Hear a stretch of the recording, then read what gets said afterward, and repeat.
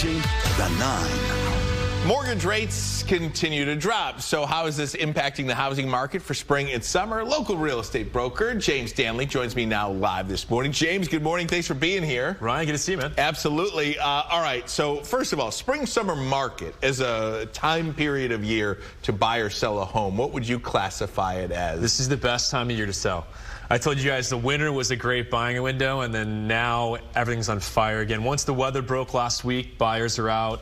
And there's still not enough inventory. So if you've got a good housing product, this is the best time of year to capitalize and maximize the saleable value on it. If you are going to sell, what's one or two or even three things that you should be doing right now to your home? Is it paint? Is it landscape? What would you say if you're in the market to sell your home right now? It's all individual based on the market subsect and where you're at. I mean, obviously you want it cleaned, you want to have it neat, organized, and then potentially if you need staging, there's different things we can do. I created a bidding war last week where we staged a house, cleaned it, and bid a couple bidders against each other. So those are always good things to do, but really it's about timing because they're which a lot of people are right now.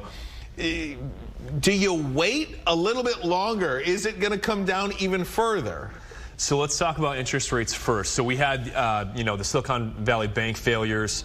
Labor numbers, looks like the labor market's softening, and then CPI seems like it's getting under control. So that's why we saw a little bit of tick down in as far as interest rates. I think they're sitting between 6 and 6.5, depending on your financial profile. So that's a positive. I think we'll continue to see those interest rates come down. And into next year, especially because it's an election year. So traditionally, rates usually come down. But you saw them in the threes. You're not seeing them in the threes anymore like you. Probably not. But yeah, monetary policy's changed for a while. I think that we'll see rates normalize in the fives at some point. First-time home buyers, James. A lot of people deciding whether or not to continue to rent or to go in and buy a house. What would your advice to somebody be who's sitting on the sidelines right now that is renting?